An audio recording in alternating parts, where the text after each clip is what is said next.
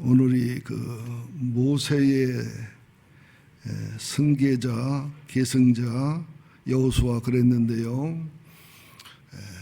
목사는 가도 교회는 계속 있고 하나님은 영원하십니다. 제가 이제 7대째 목사인데요. 다음에 오시면 8대째 목사 오시는데, 하여튼 제가 46년 목회하는 동안에 다 어려운 교회를 부임해서 그렇게 했지만 제가 가는 교회가 최고의 전성기였습니다. 항상. 그래서 우리 교회도 제가 다윗 세대였다면 오시는 목사님이 타락하지 않은 솔로몬 세대가 될 수 있기를 먼저 축원드립니다. 그러면서 정권도 그렇고 교회도 그렇고 릴레이도 그렇고 이게 바톤 터치가 잘 돼야 돼요. 바톤 터치가 잘 되기 위해서는 바톤 존이 있습니다. 그것을 벗어나면 안 되고 또 룰이 있습니다. 자기 라인을 벗어나면 안 되지요. 그런 원리 속에서 정말 주님이 기뻐하시는데 기뻐하는 방법으로 하나님 앞에 우리가 영적으로 바르게 서서, 하나님의 사람은 하나님의 선물입니다. 원한다고 주는 것도 아니고 원치 않다 안 주는 것도 아니에요. 우리들의 영성과 신앙에 따라서 때로는 이런 목사님을, 때로는 이런 목사를 허락하셔서 여러분의 남편과 아내가 다 선물입니다. 이렇게 속삭이는 사람을 선물로 줬는 그 선물이에요. 속삭여야 기도하고 속삭여야 예수 믿고 속삭여야 변화되거든요. 그러니까 좋은 목사, 나쁜 목사라기보다는 하나님의 선물로 주시는 것이기 때문에 여러분이 그 믿음으로, 특히 16분의 그 청비의원들은 이번 기회에 3달 동안에 많이 신령해지시기 바라고요. 또 우리 모든 성도님들도 하나님의 사람을 결정할 때에 설교 한번 듣고 인상 한번 보고 학력 보고 이러지 말고 신령한 믿음의 사람이 되어서 하나님이 좋고 아름다운 선물을 줄 수 있는 그런 교회 모습이 되기를 원해서 말씀을 준비를 했습니다. 자, 이제 모세를 한번 살펴보는데요. 제가 모세를 설교를 많이 했고 모세에 대해서 잘 알지요. 근데 모세의 생애나 모세의 사명이나 모세의 징계나 모세의 특이한 죽음을 보면서 새롭게 발견한 것, 또 눈물을 흘리게 마음 아팠던 것, 그러면서도 그 마음 아픈 속에 숨어있는 주님의 사랑, 이런 것들을 발견했기 때문에 짧은 시간 얼마나 전달할지 걱정이 됩니다만은, 모세가 평생을 보면 3기로 나누지만 저는 4기로 나누겠습니다. 0살에서 40살까지 애굽에서 바로의 공주의 아들로 자라가는 최고의 그 엘리트 생활을 살던 그런 때가 1기지요. 그때 자기가 히브리 민족임을 깨닫고 히브리 민족을 도와주려다가 애굽 사람을 죽이는 살인자가 되지요. 이튿날 이것이 드러나가지고서 두려움에 떨던 모세는 미디안이란 광야로 도망을 와서 이제 2기 미디안 시대가 시작되지요. 그래서 나이 40에서 80이 될 때까지 오전 9시에 뵐 때 자꾸 제가 모세 아내를 미리암이라고 했다. 미리암은 누이인데요. 틀리더라도 이해하고 들어주세요. 십보라, 종달새다, 떠든다 이런 뜻이 포함이 되어 있는, 정말로 애굽 왕자로서 안 맞는 여인하고 결혼했고 또 아들들이 둘이 있었는데 평생에 모세에 도움이 안 되고 짐이 되는 부끄러운 아들들의 모습을 띠는 미디안의 바닥에 바닥을 치는, 하나님이 쓰는 사람들은요 반드시 바닥을 치게 하시기도 하고 최고 비참하고 처참하게 내려가기도 하고 껍질을 벗기는 그런 아픔과 슬픔을 겪게 하기도 하고 최고의 절망 속에서 떨기나무 같은 신사가 됐을 때 떨기나무에 불이 붙어서 하나님의 도구가 되는 이 비밀이, 하나님의 사람은 이게 컬러가 다르고 종류가 다르지만 다 그런 것을 겪게 돼 있죠. 그 다음에 나이 80에 이제 모세는 애굽어도 잊어버리고 학문도 잊어버리고 완전히 미디안화 돼서 가지고 처량한 신세, 비참한 신세, 좌절한 신세 때 하나님이 그를 부르셔서 애굽에서 이스라엘 민족을 구원하고 하나님의 지도자 되라가니까 할 만한 사람을 선택하라고 하나님 화를 낼 정도로 거부하고 또 거부하는 모습을 볼 수가 있죠. 하나님을 한번 붙잡은 사람은 작살 맞은 고래라 뺄 수가 없어요. 그죠? 끝까지 설득을 시켜서 그 모세를 통해서 불가능한 애굽에서 바로와 싸우면서 10가지 애굽의 신을 정복하면서 이제 애굽에서 이제 수백만의 이스라엘 백성들을 인도해내고 또 홍해 앞바다의 절망 속에서 하나님 홍해를 가르쳐서 건너게 하시고 그러면서 이게 3기죠. 광야 40년 동안 참 모세가 무진장히 고생합니다. 뭐 이제 한 달 좀 지나서 시내산에서 십계명을 반포하고 그 외에는 뭐 배고프다 고기 먹고 싶다 그래서 만나와 메추라기를 먹게 하고 목마르다고 원망 불평해서 이제 생수에서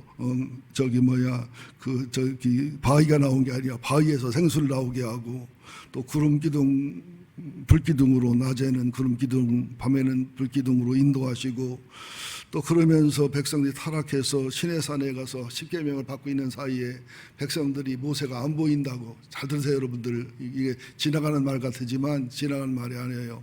이스라엘 백성들은 모세가 안 보이면 불안해했어요. 보이면 안정감을 갖고 어린 애기들은 엄마가 안 보이면 없는 거로 생각해요. 근데 옆방에 있을 수도 있고 빨래하고 있을 수도 있고 시장 잠깐 갔다 올 수도 있고 그러잖아요. 우리들 신앙이 보여지고 만져지는 현실에 집착하면 절대로 신앙이 성장하지 못합니다. 예. 그러니까 안 보인다고 해서 보여지는 금송아지 하나님을 만들고 여기에 분노한 하나님이 니들 보내지만 나는 같이 안 가겠다 하니까 나를 죽여달라고 기도하면서 하나님을 동행할 수 있도록 설득하고 하기도 하고 그 다음에 이제 아론의 금송아지 사건 후에 또 우상 숭배하는 거, 또 모함 여인하고 간음하는 거, 그래서 막 수없이 죽어가니까 비느하스가 간음하는 남녀를 창으로 찍어 죽여서 하나님의 분노를 풀어드리기도 하고, 또 성막을 건축하는 과정, 또 뭐 그 7대 절기, 또 이제 그 제사법, 이게 전부 창세기, 출애굽기, 레위기, 민수기, 신명기 나오는 내용들이란 말이죠. 그러면서 바란 광야 가데스 바나에서 12지파 중에 한 지파씩을 대표를 택해서 가나안 땅을 정탐하게 하니까 좋기는 좋은데 우리가 못 차지한다, 못 이긴다, 부정적인 보고를 했을 때 하나님이 10명을 죽이고 여호수아 갈렙을 살리면서 바울도 모세도 그 지혈을 입어서 40년을 광야를 헤매게 되는 하루를 1년씩 계산하고 또 이스라엘 백성이 또 길 때문에 원망하고 불평하니까 불뱀이 몰려들어서 물지요. 여러분들 힘들고 어려워도 억지로라도 원망 불평하시면 불뱀이 옵니다. 육체의 질병의 불뱀이 오든지 물질의 불뱀이 오든지 괴롭히는 불뱀이 오든지 불뱀은 우리가 불러들인 겁니다. 왜 나는 이런 일만 생기는지 모르겠다고, 나는 왜 이런 고통만 오는지 모르겠다고. 여러분이 불뱀을 부르는 기술이 있어. 방어를 흔드는 기술이 있어. 예, 불뱀을 불러들이는 그런 일을 하래요. 불뱀 불러들이는 불뱀이 굉장히 아파요. 무릎 아프고 물리면은 금방 죽는데 온몸이 뚱뚱 부으면서 이게 피가 터져 죽는데 고통은 이루 말할 수 없습니다. 이게 죄로 인한 고통을 보여주는 거죠. 그때 노뱀을 매달아요. 예수님의 십자가를 상징하는 거거든요. 근데 불뱀에 몰린 사람들이 불뱀도 지겨 죽였는데 노뱀을 보라니까 성질력 안 보지요. 안 본 사람은 다 뒤졌어요. 죽었어요. 그걸 바라본 사람이 살았어요. 예수님의 십자가가 당시는 징그러운 거 저주고 십자가에 죽은 주님은 구제 줄 수가 없다는 게 그 당시 사고지만 그래도 십자가를 믿고 바라보는 사람이 산다는 거죠. 그러면서 모세가 딱 한 번 실수했어요. 뭐 또 있다면 이제 구수 여인을 얻었던 건데 그 미리암이나 십보라가 죽어서 얻은 거기 때문에 잘못이 아니더라도 불구하고 아론과 미리암이 모세가 너무 권위가 있고 힘 있어 보이니까 안 입고 온 마음에 겉으로는 그 검은 여인, 그죠?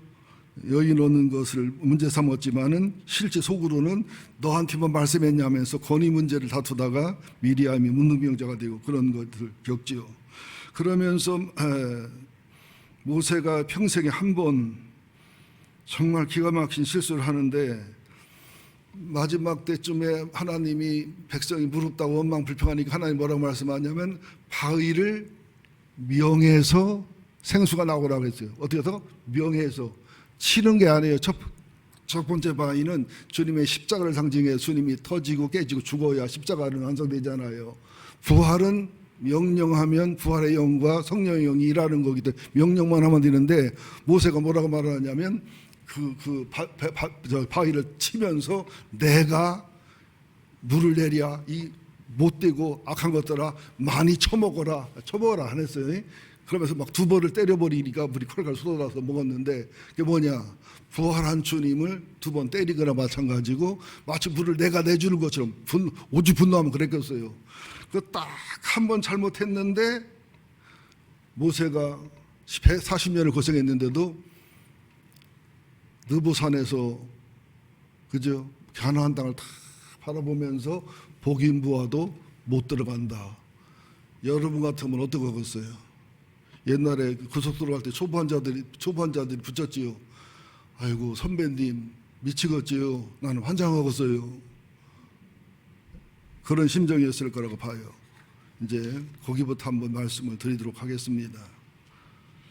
자, 그러면서 저는 사기를 나눴는데 모세의 사명과 모세의 마무리와 모세의 죽음이 있는데 신명기 34장 7절에 보면 모세가 죽을 때 나이가 120세였으나 그의 눈이 흐리지 않았다. 잘 보세요. 여러분들 생각에는 몸이 약하고 힘들고 버티기 힘들면 사명이 끝났다고 생각하고 몸이 건강하고 체력적으로 좋으면은 사명해도 된다고 생각하는 게 우리 상식이잖아요. 그리고 어떤 일을 해서 잘 되면 주님의 은혜고 바르게 한 거고 잘못되고 힘들고 숫자가 줄면은 뭔가 잘못하고 주님이 잘못했던 거 주님 잘못된 걸 생각하는데 그럴 수도 있지만 전혀 그렇지 않을 수가 많다는 걸 알아야 됩니다. 그래서 사명이 끝나면 건강하든 건강치 못하든 하나님 나라 가는 거고 사명이 안 끝났으면 목숨만 붙어 있어도 하나님의 일을 감당해야 되는 게 하나님의 뜻이라는 것이죠.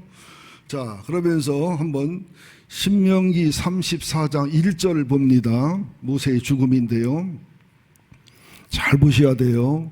모세가 모압 평지에서 느보산에 올라가 여리고 맞은편 비스가 산꼭대기에 이름에 여호와께서 길르앗 온 땅을 단까지 보이시고 또 온 납달리와 에브라임과 므낫세 땅과 서해까지의 유다 온 땅과 네겝과 종려나무의 성읍 여리고 골짜기 평지를 소알까지 보이시고 여호와께서 그에게 이르시되 이는 내가 아브라함과 이삭과 야곱에게 맹세하여 그의 후손에게 주리라 한 땅이라. 내가 내 눈으로 보게 하였거니와 너는 그리로 건너가지 못하리라 하시매 이에 여호와의 종 모세가 여호와의 말씀대로 모압 땅에 죽어 벳불 맞은편 모압 땅에 있는 골짜기에 장사되었고 오늘까지 그의 묻힌 것을 아는 자가 없느니라. 그럼 모세가 어디서 죽었다는 얘기요? 또 민수기 12장에 보면 여호와께서 모세에게 이르시되 너는 이 아바림 산에 올라가서 내가 이스라엘 자손에 주는 땅을 바라보라. 본 후에 내 형 아론이 돌아간 것 같이 너도 조상에게로 돌아가리라.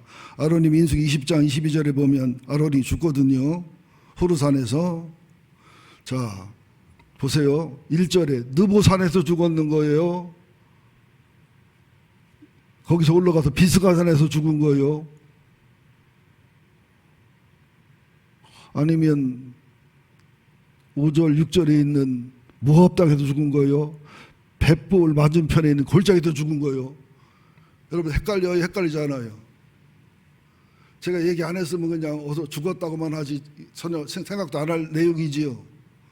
이게 무슨 말이냐면 복잡할 하나도 없어요. 히브리어와 이게 지형을 찾아보면은 이렇게 얘기하면 돼요. 백두산을 우리나라 쪽에서는 백두산, 중국에서는 장백산 그러잖아요. 그래서 하나의 산맥이 있고 산봉우리가 또 있잖아요. 히말라야 산에도 보면 K2 그죠? 에베레스트 이게 있는 것처럼 종합적인 얘기인데 문제는 뭐냐? 시체를 갖고 마귀와 천사가 싸웠다는 거예요. 여러분 왜 싸웠을까요? 시체를 가지고. 아니 에녹은 승천시키고 엘리야도 승천시키고 예수님도 승천하셨는데 왜 모세를 시체를 갖고 싸워요? 차라리 승천시키지.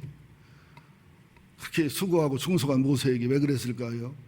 여러분들, 이스라엘 백성들에게 모세의 무덤을 크게 만들어 놓은 우상이 돼버리고 하나님을 더 의지하게 돼요. 여러분들, 보이는 중심의 신앙이 이렇게 위험한 거예요. 보이는 것은 다 잠깐이고 보이지 않는 게 영원한 것이고요. 인간관계할 때도 보여지고 나타나고 들려진 말로 판단하면 안 돼요. 안 보여지는 마음속의 마음, 정신 속의 정신, 영혼, 이걸 보고 하셔야 되는데 우리는 보여지는 것에 매여요. 말한 거, 행동한 거, 나보고 인상 쓴 거, 뭐 한 거. 아유, 아파서 다리 다쳐서 인상 썼어. 난 인상 쓰라고 쓴 게 아니라, 그죠? 보여지는 것은 정말 잠깐이고 정말 별게 아니고 안 보여지는 게 큰 거예요. 어느 그 유명한 뇌과학자가 죽어서 하늘나라 가보니까 이 땅에서는 몸만 보이고 마음과 영혼은 추측하잖아요. 근데 그 나라 갔다 거기는 몸도 마음도 영혼도 정신도 다 보이는 투명한 세계더라는 거예요. 거짓이 없는 세계. 그러니까 육체만 보이는 세계는 잠깐이고 육체가 안 보이는 것 같고 전설의 고향 같은 그런 세계가 진짜 본질과 완전한 세계라는 거예요. 그래서 마음을 다듬고 정신을 다듬고 영혼을 다듬고 영혼이 순수하고 아름답고 예수를 닮아야 하늘나라에서 부끄러움이 없어요. 여러분, 하늘나라 가면 죄가 없지만은 여러분의 영적인 실력과 믿음의 실력들 나타나는 것이거든요. 여러분들 보이는 것에 매이지 마시고 제발 보이는 사람에 매이고 보이는 말에 들리는 말에 보이는 환경에 그 이면을 보란 말이요. 보이는 얼음은 빙산의 일각이고 구불에 팔은 숨어 있단 말이죠. 여러분, 사람 마음은 알 수 있어요? 사람 마음은 몰라요. 겉으로 한 말이 절대로 그 말이 다가 아니거든요. 자, 그러면서 이제 묻힌 곳이 없이 유다서 9절에도 보면 모세의 시체를 놓고 천사와 마귀가 싸웠다는 말이 나와요. 유다서 9절에 보면 왜 싸웠어요? 마귀는 시체를 드러나게 해서 엄청난 장례식을 치르게 해서 하나의 우상이 되게 하려고, 천사는 이걸 숨겨서 없애서 우상이 안 되게 하려고. 그래서 하나님의 사람들은 자기 기념품을 세우거나 은퇴식을 너무 화려하게 하거나, 지난번 제가 목회 40주년을 아주 초라하게 했더니 몇 사람이 방문을 하더라고요. 그렇게 하려면 말지 못 알았냐고. 절대로 내 이름으로 위해서는 뭐를 호화롭게 영화롭게 하면 안 돼요. 회갑잔치 또 뭐 칠순 팔순도 너무 영화롭게 하면 안 돼요. 그걸 해서 뭔가 교회를 위해서 선교사님을 위해서 그걸 쓸 수 있는 그런 마음을 갖는 게 복받는 마음이라는 것도 여러분 기억하시기를 간곡히 부탁을 드립니다. 자, 그런데 여러분 하나 좀 이게 이해가 안 되는 게 있을 거예요. 제가 어느 시골교회 부흥회를 갔더니 장로님들끼리 하는 말이요. 목사님들은 특혜가 많아 좋겠어. 그러면서 교인들은 농사짓고 힘들어 죽겠어. 하더니 목사님들은 살아서는 천국이고 죽어서는 지옥이요. 교인들은 살아서는 지옥이고 죽어서는 천국이요. 뭔 말이고 못 알아들어요? 목사들은 살아서는 천국이래. 여기 살아서 천국인 목사 있으면 봐봐.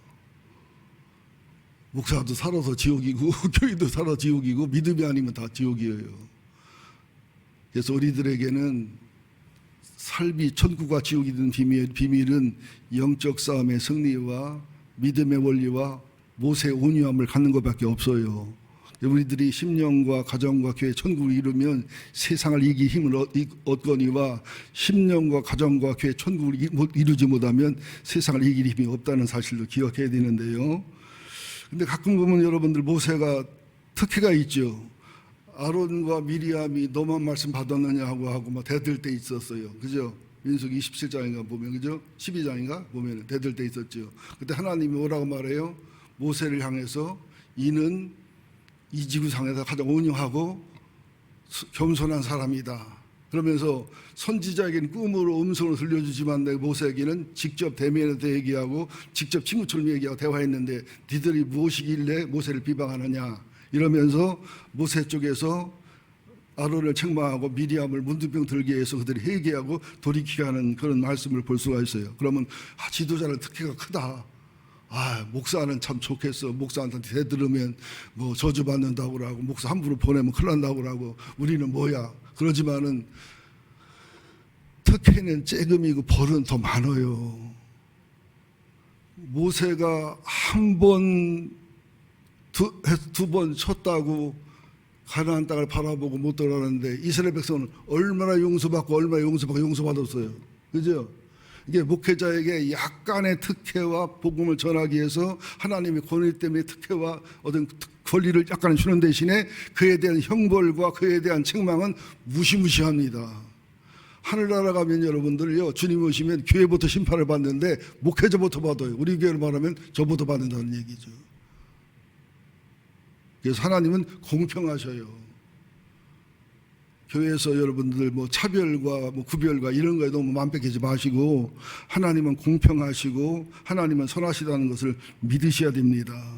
그러면서 하나님이 민수기 20장 14절을 보면 모세를 책망하는 말씀이 나와요. 이는 신광야에서 회중이 분쟁할 때 너희가 내 명령을 거역하고 그 물가에서 내 거룩함을 그들의 목전에서 나타내지 아니하였음이라. 이 물은 신광야 가데스의 물이바 물이라 하면서 이제는 눈으로 보면서 들어갈 수 없다. 징계지요. 그런데 여러분들 신기한 게요, 모세가 느보산에서 바라본 그 가나안 땅의 경계를 쭉 훑어보면 아브라함과 이삭과 야곱이 약속의 말씀을 따라 언약을 따라 움직였던 그 동선이에요. 거기만 보여줬어요. 그러니까 아브라함과 이삭과 야곱에게 약속한 그대로를 하나님은 가나안 땅을 주시면서 모세의 그 경계를 보여주시면서 네가 징계상 보지만 들어가지는 못한다. 그런데 나는 이게 징계인 줄만 알았더니 기가 막힌 사랑이 있는 거야. 보고서 못 들어가면 징계잖아요. 근데 살아서 들어가면 뭐 할게요? 120살 먹은 노인네가 들어간다고 천국인가? 가나안 족속하고 싸워야 되지요. 전쟁해야 되지요. 모세가 여호수아가 얼마나 고생했어요. 그 고생을 또 해야 되는데 여러분 겉으로는 징계라 보고서를 못 들어가지만 이면에는 안식하고 쉬라고 하시는 거예요. 여러분 믿습니까? 우리가 나쁜 일처럼 보일 때, 내가 손해본 일처럼 보일 때 보이는 건 징계가 나쁜 거지만 이면 속에는 하나님의 사랑과 은혜가 들은 게 굉장히 많습니다. 여러분 이 말을 믿으셔야 돼요. 내 마음대로 된다고 복이 아니에요. 여러분 내 마음대로 돼서 복이 아닌 경우가 얼마나 많습니까? 내 마음대로 안 돼서 복이 된 게 얼마나 많습니까? 우리는 내 마음대로 돼도 감사, 내 마음대로 안 돼도 감사. 나 존대로 돼도 감사, 나 존대로 안 돼도 감사. 세상 일 어때요? 내 계획대로 된다고 다 복이 아니에요. 계획대로 안 된다고 복이 아닌 것도 아니지요. 사람은 몰라요. 하루하루를 믿음으로 감사로 사는 게 가장 아름다운 비결이라는 사실을 여러분 기억하시기 바라고요. 또 34장 1절, 2절, 3절, 4절에 보면 하나님이 보이시고 34장 1절에 또 34장 2절에도 3절에도 보면 하나님이 보이시고 또 34장 4절에도 보면 보게 하였으며 보이시고 보게 하였으며 수동태에 하나님 강제로 한 거예요. 모세가 스스로 본 게 아니에요. 하나님은 우리에게 보여주시고 감동 주시고 이루어 주시면서 우리가 능동태로 우리가 뭘 하는 게 아니라 우리는 하나님께 순종하고 하나님을 사랑하고 하나님 앞에 온유한 자가 되고 하나님의 뜻에 순종하고 하나님의 뜻대로 믿음으로 살아가면 하나님이 이루신다는 거예요. 여러분이 능동태 신앙이 되면 큰일 납니다. 신앙생활에 있어서 하나님이 하시는 일에 난 도구가 돼야 되는 거예요. 포도나무 비우지요. 포도나무 가지에 붙어 있으면 물관과 채관을 통해서 물과 양분이 올라오면 열매를 맺잖아요. 근데 포도나무 지가 열매 맺으려고 그러고 막 그러면 안 되잖아요. 우리는 뭔가 내가 움직일 게 있고 내가 행동할 게 있고 열심히 할 게 있지만 전체적으로는 하나님이 하신다는 전제하에 하나님을 사랑하고 하나님께 순종하고 하나님의 도구가 되고 하나님의 마음을 담고 온유하고 겸손하고 앞서지도 않고 뒤서지도 않고 주님께 순종하고 복종하고 주님과 관계와 교제를 맺고 주님과 동행하는 것이 하나님의 일이라는 거예요. 예수님 뭐라고 말해요? 우리가 어떻게 하나님의 일을 할까요? 예수를 믿는 게 하나님의 일이다. 그 가운데 내가 해야 될 일이 보이지요. 열심히 하면 돼요. 근데 어떤 것은 해야 될 일이라 주님께 맡겨야 될 일. 그러니까 일을 해야 되는데 기도하는 것도 못 쓰지만 기도해야 될 때 일을 하는 것도 잘못된 거란 말이죠.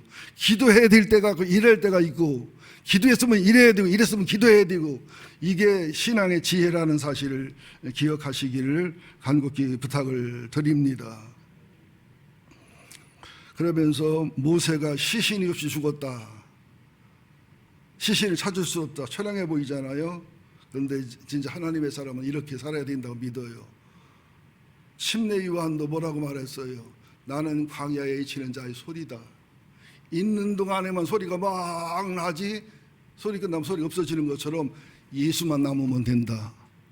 말씀만 남으면 된다. 여러분 잘 들으셔야 됩니다. 그래서 하나님께서 모세가 너무 의대하고 훌륭했기 때문에 침례 요한처럼 이렇게 그의 복음만, 그의 말씀만 남게 하고 그의 시체를 감췄던 거예요. 역시 침례 요한도 뭐라고 말해요? 신부를 취하는 건 신랑이나 이걸 보고 기뻐하는 신부의 기쁨이 충만하다. 주인공이 예수님이지 내가 아니란 말이죠. 목회자님들이 참 범하는 실수가 뭐냐면 어떤 프로젝트를 하거나 교회가 부흥되면은 어느새 하나님보다 목사님이 크게 보이기도 하고, 어느새 하나님의 영광과 예수의 영광보다 그 목사의 공로와 그 목사의 어떤 그 파워와 그 목사의 어떤 그 메이커화가 돼가지고서 목사가 영광받는 경우가 많은데요. 대체적으로 이렇게 그 유명하거나 대체적으로 이렇게 막 그냥 이름을 알리거나 대체적으로 성공했다는 목사님들의 자녀 교육이나 그들의 마지막에 그 여자 문제나 마지막 돈 문제나 되게 결과가 안 좋은 게 이게 그분들을 비난하고 저주하는 게 아니라 그렇게 하는 걸 하나님 안 기뻐한다는 거예요. 오히려 평범하게 순수하게 산골자 한 송이 백합화처럼 그렇게 살아간 분들이 편안해요. 그래도 그냥 노트 복권 벼락 맞았으면 좋겠는데 그러는데 그게 방법이 아니다는 거예요. 그리고 절대로 그리스도인들은 사행심을 가지면 안 돼요. 저도 솔직히 고백할게요. 몇 번 로또 복권 사봤는데 세상에 6개 중에 5개가 맞는 거예요. 가슴이 뛰었을까 안 뛰었을까? 별 생각이 다 드는 거예요. 그때는 한 50억이 100억 될 거예요. 하나, 둘, 셋, 넷, 5 뛰는데 6이 틀려버렸어. 그러는데 6 틀리고도 또 하나 맞추면 2등이 되잖아요. 그럼 4천만 나오는데 또 안 돼서 그렇게 농협가들이 125만 5천을 주더라고. 그래서 125만 원을 타다가 놓고서 그날로 끊었어. 왜? 또 살 마음이 들더라고. 이번에는 10만 원씩 사자는 마음이 들더라고. 사행심이 생기더라고요. 우리들 마음이 이 마음이 있거든요. 근데 신앙생활도 마귀가 이런 사행심을 부추겨요. 절대로 급하게 부자가 되는 것은 주님이 안 원하는 거예요. 내가 순수한 믿음과 신앙의 길을 걸어가다가 하나님의 뜻과 섭리 속에서 요셉처럼 다니엘처럼 다윗처럼 그럴 수는 있지만 그것을 목표로 하는 것은 절대로 아닙니다. 주식 같은 것도 조심해서 하세요. 내가 다 알아요. 여러분 지난 여름에 한 일들. 우리 교인이 그동안 주식 까먹은 것만 해도 교회 부채 갖고도 남어. 내가 통계를 내보니까. 그러면서 이스라엘 자손이 모압 평지에서 모세를 위하여 애국하는 기한이 끝나도록 모세를 위하여 30일 애국했다. 어쨌거나 모세를 원망도 하고 불평도 하고 뭐 싸우기도 하고 패도 갈라지기도 하고 별짓 다 했지만 사람과 사람 사이는 희노애락이 있거든요. 애정이 있거든요. 그죠? 그러나 모세 지난 40년을 놓고 그가 시체도 없는 상황 속에서 장례를 치를 때 그들은 모세를 아는 거예요. 이 사람은 하나님의 사람이었다. 하나님 우리를 사랑한 사람이었다. 여러분 모세가 40년 동안 하룻밤 편하게 잤을까 못 잤을까? 여러분 큰 교회든 작은 교회든 지도자가 된다는 것은요 그날부터 전라도 말로 폭폭한 일이 생긴다는 거. 그날부터 1번 타 2번 타자가 끊임없이 유지된다는 사실을 각오해야 된다는 말씀도 있단 말이죠. 이제 조금만 더 하고 마무리할게요. 9시 배처럼 해야 되니까. 이제 모세의 승계자 여호수아인데요. 승계자란 말을 썼어요. 우리는 세습이란 말을 싫어하잖아요. 세습이 아니고 승계지 여호수아. 근데 좋기는 제가 볼 때 뭐 우리 교회처럼 이렇게 모집해 지인들을 통해서 그래도 건실하게 한 거죠. 이게 이제 청빙을 통해서 이제 하고 있는데 성경적인 그 승계는 모세가 한 40년, 50년을 여호수아를 성장하고 도제 교육한 것처럼 해서 세우는 거, 또 엘리야가 엘리사를 도제 교육하고 키워서 영적인 어떤 단계를 거쳐 세우는 거, 이것이 가장 좋은 방법이기도 한데 뭐 정답은 아니지만 천안에 가면 동강교회가 있어요. 그 교회는 목사님이 시골에서 목회하시다가 천안에서 개척하면서 교인들이 80~90%가 따라왔어요. 그래서 그 교인 중심으로 교회가 형성되다 보니까 장로님들이나 안습사님들이 다 순종적이고 복종적이고 목사님 사모님도 목회도 잘하시고 사랑도 많으시고 제 이모부 이모님 얘기하는 거예요. 그러시다가 아버님이 돌아가시면서 워낙 그 아드님 훌륭하시니까 자연히 그냥 후계자를 세우고 그러면서 또 이제 아들이 목사님은 아들을 목사를 만들 마음도 없고 아들이 목사한다고 안 하니까 그 교회 장로님 아들 중에서 신령하고 진정하고 순종적이고 바른 사람을 또 후계자로 삼아서 그렇게 이어가는 모습이 도제교육처럼 되는 게 자연스럽다고 생각해요. 근데 저는 신학교를 가지 말라고 하는 사람이니까. 왜냐하면 이 시대가 신학교 가는 게 두려운 시대예요. 목회하기가 두려운 시대예요. 정말 소명과 사명이나 정말로 투철한 시대의 하나님의 부르심과 시대 하나님 알기 전에는 목회가 저는 두렵습니다. 저는 시치위원장도 했고 시치도 했지만 제가 하나는 이유가 뭐냐면 몸도 힘들지만 한 명도 더럽힐 수가 없어. 내가 볼 때 도저히 목사가 아닌데 동대문 가서 청바지 장사하면 딱 맞을 사람인데 2번, 3번 떨어졌는데 또 더럽히면 원수가 돼버리는 거야. 그럼 다른 데 가서 봐도. 그러니까 시치위원장을 나는 할 수는 없겠더라고요. 여러분들 기도합니다. 청빙위원 16분이 교회는 하나님이 목회자를 8대 목사님을 선물로 주시는 거기 때문에 여러분이 신령한 만큼 여러분이 준비된 것만큼 여러분이 온유와 겸손한 것만큼 선물로 주시는 거예요. 또 한 번 설교 듣고 투표해서 한 번 설교 듣고 뭐 판단해서 또 서류 보고 판단해서 이것은 인간이 불가능합니다. 참 이걸 위험하고 불가능한 건데 문제는 뭐냐? 우리 교인들이 성도들이 정말로 목숨 걸고 예배하고 기도하고 성경 봐서 한 2달, 3달 동안에 막 신령해져야 돼. 막 영적 분별력이 생겨져야 되고 영적인 그 판단력이 생겨져서 정말 하나님이 선물로 주는 분이 어떤 분인가를 알아보고 택해야 되죠. 그렇지만 선물이 안 됩니다. 여러분 나는 무서워요. 사무엘이 어떤 사람이에요? 신령하고 안전한 사람인데도 키 크고 잘생긴 사울에게 질렸는데도 나중에 왕의 후보를 2세 아들 중에 뽑을 때 꼭 사울처럼 생긴 엘리압 키 크고 잘생기고 매력 있는 사람을 선택하잖아요. 이게 사람이에요. 하나님이 아니다 그러면서 구체적으로 일러주니까 8번째 아들 아버지도 선지자도 신경도 8번째 다윗을 갖다 세우잖아요. 여러분들 주님의 음성을 들을 수 있는 신령한 사람이 돼야 됩니다. 솔직히 얘기할게요. 기능의 차이지 실제로는요 담임 목사님이나 부목사님이나 성도님들이나 영적 수준은 같아야 됩니다. 기능의 차이요. 기능의 차이. 하나님의 의치의 포지션의 차이지 믿음은 오히려 장로님이 목사님도 더 줄 수도 있어요.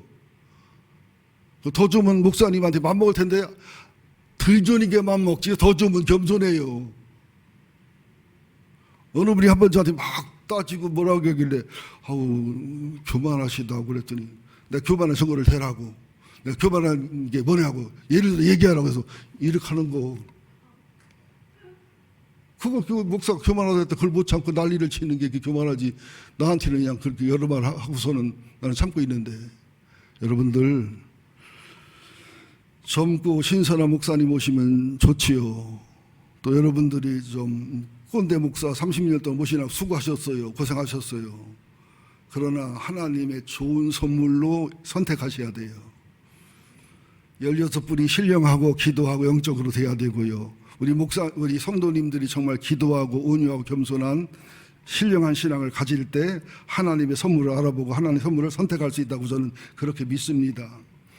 그러면서 모세의 기도가 간절한 소원이 나오는데요. 신명기 34장 9절에 보면 모세가 눈의 아들 여호수아에게 안수하였으므로 그에게 지혜의 영이 충만하니 이스라엘 자손이 여호와께서 모세에게 명령하신 대로 여호수아의 말을 순종하였더라. 여기 지혜의 영이라는 것은 결과적으로 지혜와 계시형을 말하면서 성령의 검을 말하면서 하나님 말씀에 살아있는 말씀인 로고스와 레마를 말하는 거예요. 잘 들으셔야 됩니다. 또 민수기 27장에도 보면 27장 12절에서 17절 사이에 보면 17절에 해중이 목자 없는 양같이 되지 않으며, 이게 말씀으로 인도할 수 있는 목자가 필요하다, 말씀이 필요하다, 그런 사람을 세워야 된다.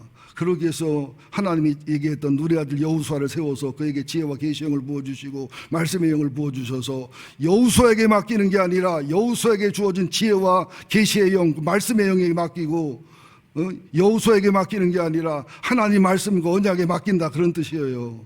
에베소서 20장 32절에도 보면 좀 어려운 얘기인데, 사도 바울이 예루살렘과 로마로 순교하러 가기 전에 밀레노에서 에베소 장로를 불러다가 부탁하는 거예요.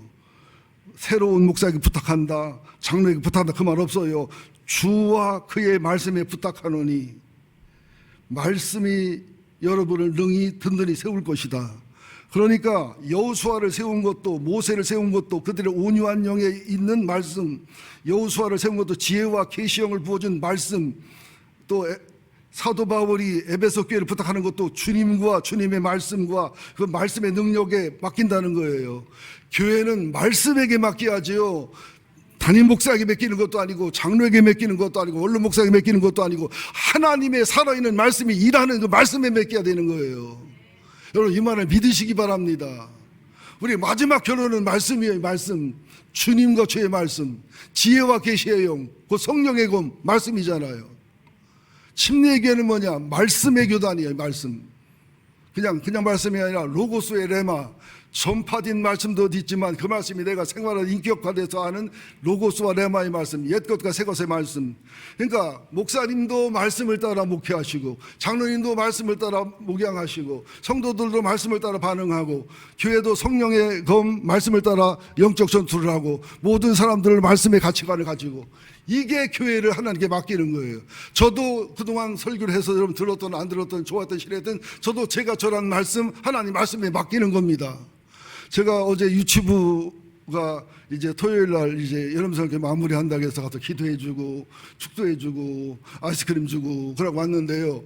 제가 굉장히 기쁘고 행복했어요. 보니까 코로나 때문에 엄마들도 줄고 애기들도 줄고 그랬는데 엄마들이 애기들을 이뻐하고 애기들도 엄마들을 이뻐하고 그냥 아우라가 있잖아, 아우라. 그죠? 막 기쁘고 행복하고 사랑스럽고, 또 목사님을 보고도 목을 타고 목을 조여. 그 설제나의 아들이라고 내가 어떻게 하겠어? 어디 죽었다 살아났어 막. 그리고 막 안수해 줬더니 막 끌어안고 막 얼굴 비비고 막. 근데 막 아우라가 있잖아, 아우라가. 그러니까 어떤 애는 원숭이 닮아가지고 못하는 데가 없어 막. 김정아 씨 아들이라고 어떻게 하겠어? 나는 얼마나 행복했나 몰라요. 내가 주일학교 17살 때 주일학교 교사했는데 그때 애들이 이뻤어요. 옛날에 냄새 되게 많이 나서 애들이요. 목욕을 뭐 1년에 한두 번 했잖아. 살려들고 막 이도 많고 그럴 때 그렇게 이쁘고 사랑스럽던 그 옛날 모습만 눈물이 핑 돌더라고요. 교회는 이렇게 돼야 돼요. 숫자가 많고 적고가 문제가 아니라 말씀의 아우라, 사랑의 아우라. 예? 그냥 이쁜 거예요. 저는 솔직히 결벽증이 있고 깨끗한 것을 좀 심하게 주관하는 스타일인데, 내 성도님들이 돌아가셔서 시신이 됐을 때 내가 그 시신을 안고서 3일 동안 자면은 그 집 식구가 다 예수 믿는다면 끌어안고 살 마음이 있어요. 진짜 해봐요. 내가 못하나. 한번 여러분 회개할 거 다 적어갖고 와. 그럼 내가 기흥 장례식장에 가서 시신 끌어안고 살게. 근데 우리 교인 아닌 건 알고. 우리 교인 중에서. 그게 내 힘이 아니더라니까. 안 들어보여. 싫지가 않아요. 무섭지가 않아. 나는 시체 보고 무섭다는 사람 이해가 안 가.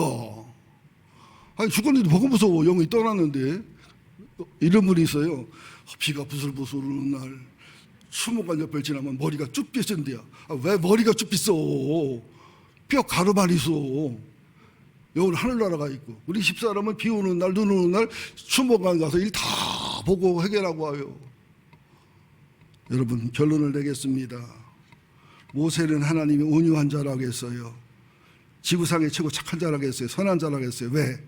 자기를 위해서 하는 비난은 참고 기도가 엎드렸지만 미리암이 병들어 죽게 생겼을 때 아론이 눈물로 기도할 때 하나님의 몸부림쳐 기도하면서 미리암과 아론을 회개시키고 변화시키고 하나님이 금송아지 하나님 섬긴 분노로 동행 안 한다고 했을 때 나를 죽이라 하면서 기도했고 이게 온유한 거예요. 우리는 내가 억울하면 못 참잖아요. 내가 손해보면 못 참잖아요. 이건 하나님께 맡기고 하나님께 보상을 믿고 기도하고 그리고 남들의 중복 기도와 믿음 없는 사람의 기도와 간구 속에서 모세처럼 여호수아처럼 그리고 엘리야처럼 에리사처럼 하나님의 은혜와 생명이 이어지는 복된 교회 되기를 예수 이름으로 축원드립니다. 하나님 고맙습니다. 저도 두렵고 떨림으로 복음을 전했습니다. 모세 말도 꺼내기 어려울 만큼 제가 부끄러운 천한 존재입니다. 미리암, 아론 제 입에 올릴 만큼 그들이 저만 못하지 않습니다. 그러나 주의 말씀이기에 얼굴에 철판을 갈고 말씀을 전했습니다. 하나님 말씀을 들을 때 은혜가 되기도 하고 뭔가 치밀어 오르기도 하고 아프기도 하고 화나기도 하고 너나 잘해서요 그런 마음이 들기도 하지만 그것은 싸워 이겨야 됩니다. 온유하지 못한 까닭이고 교만한 까닭이고 원망이 들어있는 까닭입니다. 주여 모세처럼 온유하게 하여 주옵소서. 또 여호수아처럼 강하고 담대하게 하여 주옵소서. 여호수아처럼 하나님의 사람의 시종이 되는 과정을 겪게 하여 주옵소서. 여호와의 종 모세와 모세의 시종 여호수아라고 했습니다. 이런 영적인 질서와 조화와 훈련 없이는 절대로 하나님의 일을 할 수 없음을 알게 하여 주옵소서. 종이 7대 목사입니다. 8대 목사님을 주님 엘리야와 에리사처럼 모세와 여호수아처럼 그렇게 세워주셔서 그런 부흥과 그런 건강함을 허락하옵소서. 16명의 우리 청비의원들에게 신령해지게 하시고 기도의 사람이 되게 하시고 영적 사람이 되게 하시고 투표에 참여할 모든 성도들이 신령해지고 기도의 사람 영적 분별력의 사람이 되도록 기도하고 예배하는 일에 최선을 다하게 하여 주옵소서. 하나님의 선물을 가장 좋은 선물을 받을 수 있도록 그릇을 준비하게 하여 주옵소서. 예수님의 이름으로 기도합니다. 아멘.